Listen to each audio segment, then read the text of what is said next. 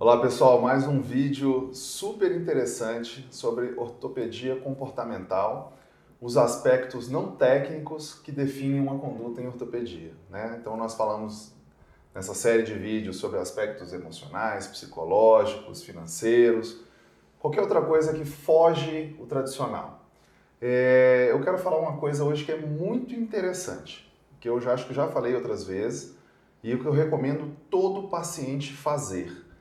E todo médico também fazer, porque eu acho que esse é um argumento definitivo.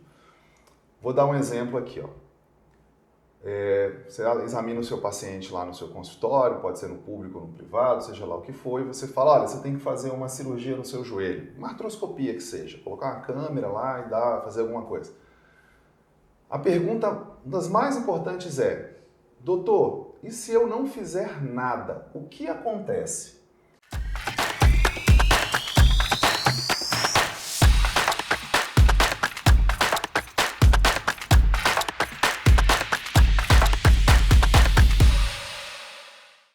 Por que essa pergunta eu acho que é importante? Porque ela realmente, né, é o convencimento, mas ela não é feita pelo paciente na frente do médico. Daí, Isabela, eu queria saber de você o seguinte, eles fazem essa pergunta para você? E por que se fazem, não faz para o médico? É muito interessante porque muitas vezes eu tive a oportunidade de perguntar para o paciente porque ele não perguntava isso diretamente para o médico, né? E muitas vezes é pela percepção de que o médico é uma figura inacessível, né? Então é um médico que está sempre com pressa, ele não tem tempo de responder, ele está na visita, ele vai para a cirurgia e ele não se dedica a ficar ali perto do paciente, né? Uma falha que é comum da gente ver é o próprio profissional de saúde não perguntar como o paciente quer ser ajudado, né? Porque eu supor que o paciente deseja um tratamento é eu tomar como base a minha experiência, né? Então eu gostaria que fizessem isso. E quando a gente faz o que a gente gostaria que fizessem com a gente está errando. Porque não é a minha experiência que aquele paciente tem. Então, seria o ideal, né? A gente resolveria esse problema de comunicação se a gente chegasse para o paciente e perguntasse qual é a sua dúvida, o que você quer saber do seu caso. Né? A gente tem em literatura que pacientes eles podem reagir com mais ou menos ansiedade dependendo da quantidade de informação que eles recebem. Então a gente precisa fazer a avaliação de perfil do paciente para saber se eu vou dar detalhes técnicos da cirurgia, porque alguns pacientes se beneficiam disso, enquanto outros vão criar crises de ansiedade por saber quantas incisões vão ser feitas, né? Ah, vai quebrar, vai cortar. Então, o principal era saber do paciente o que você quer saber do seu caso, qual é a sua dúvida, né? Eu te expliquei tudo, porque eu acho que eu expliquei, mas muitas vezes o paciente tem dúvidas que são pouco convencionais, né?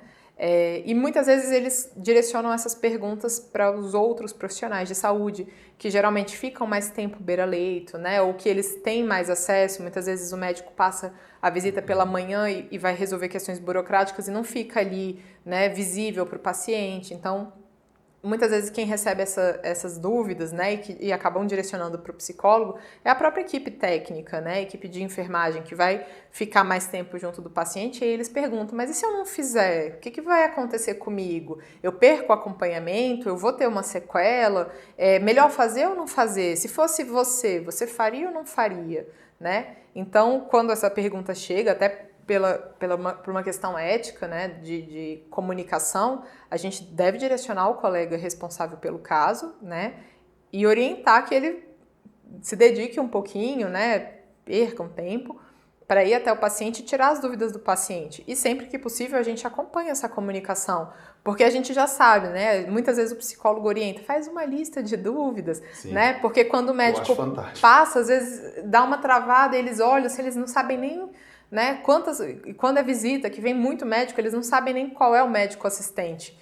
Então a gente sempre orienta, faz uma listinha, muitas vezes a gente faz junto com eles, né? Então, que dúvida que você tem? Ah, eu queria saber aonde vai ser feito o corte, porque eu tenho uma tatuagem, vai estragar minha tatuagem?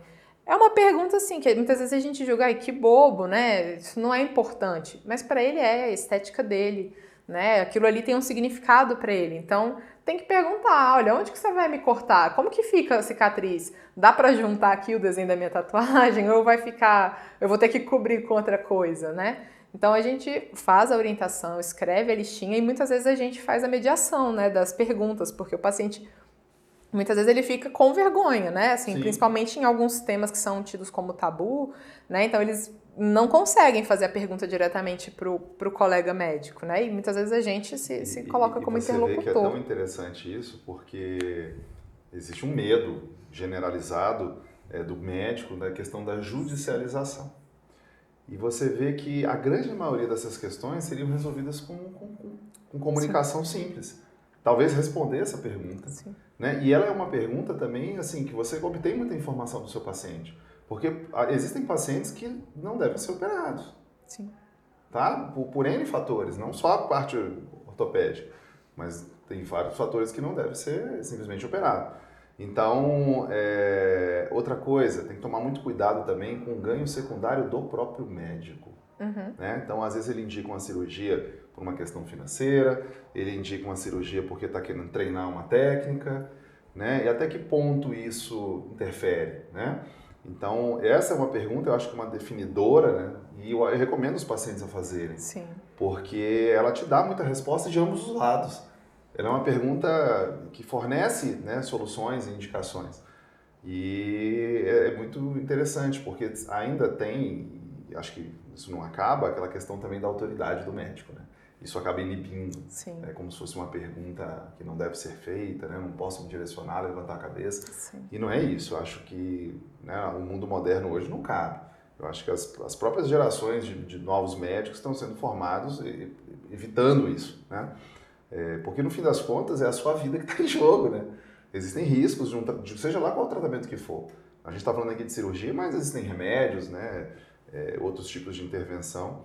E eu acho que é isso. Eu acho que assim, pergunte, realmente queira saber. Se eu não fizer nada, né?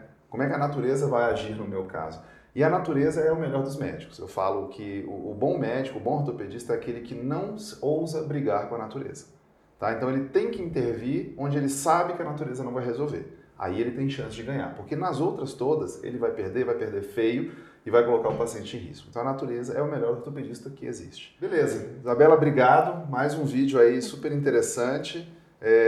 De coisas que acontecem fora ali do raio-x, vamos assim dizer, e da sala de cirurgia.